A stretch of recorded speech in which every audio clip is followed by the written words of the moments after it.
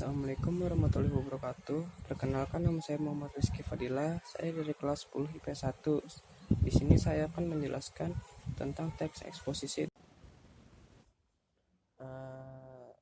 Jadi saya akan membahas bab 2, pemaparan objek untuk memperluas pengetahuan. A. Ada definisi, ciri, dan jenis teks eksposisi. Yang B. Ada identifikasi teks eksposisi. Yang ketiga, pengembangan isi teks eksposisi. Yang keempat, struktur dan kebahasan teks eksposisi. Yang kelima, penyusunan teks eksposisi. Yang A. Definisi, ciri, dan jenis teks eksposisi.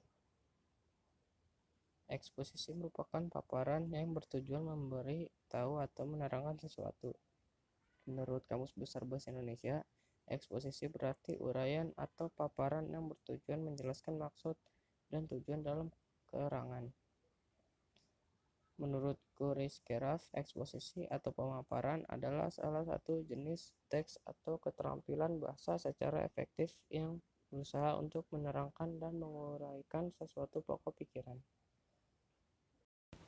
A. Penjelasan pokok persoalan secara objektif, tidak ada unsur subjektif dan emosional. B. Gaya penulisan informatif. C. Teks memuat fakta. Ada eksposisi definisi, eksposisi identifikasi, eksposisi analisis, eksposisi klarifikasi, eksposisi perbandingan atau pertentangan, dan eksposisi ilustrasi. B. Identifikasi teks eksposisi, identifikasi permasalahan, argumentasi, pengetahuan, dan rekomendasi dalam teks eksposisi. Fakta dan opini dalam teks eksposisi. Teks eksposisi berisi paparan yang disampaikan kepada pembaca atau pendengar. Salah satu cara menyampaikan paparan kepada pendengar adalah dengan berpidato. Dalam naskah pidato terdapat paparan yang berupa argumentasi dan rekomendasi.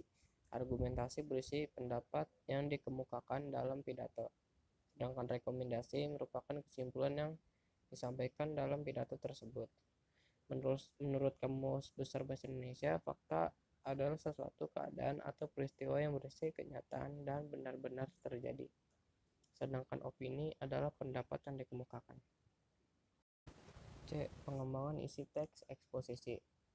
Tesis adalah bagian pembuka teks eksposisi. Tesis berisi pernyataan pendapat. Pendapat dalam tesis merupakan gagasan pokok dari suatu teks eksposisi. Gagasan pokok tersebut dapat dikembangkan dengan beberapa argumentasi penjelas. Melengkapi tesis dengan argumen. Cara menyampaikan kembali isi teks dengan membuat gagasan penjelas dan setiap kalimat utama yang terdapat pada teks eksposisi. Tetap perhatikan isi dari teks eksposisi tersebut. Isi teks eksposisi baru yang dikembangkan harus sesuai dengan isi teks asli. Menyampaikan kembali isi teks eksposisi dengan gaya bahasa yang berbeda. Yang D. Struktur dan kebahasaan teks eksposisi. Strukturnya itu ada tesis, argumentasi, dan penegasan ulang. Kebahasaan teks eksposisi yaitu ada istilah, adjektiva, afekasi, verba, pronomina, konjungsi. Penyusun teks eksposisi. Langkah-langkah penyusun teks eksposisi. Langkah-langkah penyusunan teks eksposisi. 1. Menentukan topik. 2. Menentukan tujuan penulisan. 3. Membuat kerangka teks. 4. Mengembangkan gagasan pokok dan gagasan penjelas. 5. Menulis teks eksposisi secara padu.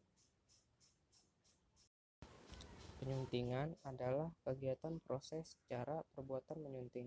Kegiatan menyunting dapat dilakukan dengan membaca, mencermati, menambah, atau mengurangi isi teks. Kegiatan menyunting juga dapat dilakukan dengan memperbaiki kesalahan kebahasaan dan unsur-unsur yang kurang tepat dalam teks. Ya, itu adalah video penjelasan dari saya. Saya mohon maaf jika ada salah kata atau perkataan saya yang tidak jelas, dan saya pamit undur diri. Billahi taufiq wal hidayah. Wassalamualaikum warahmatullahi wabarakatuh.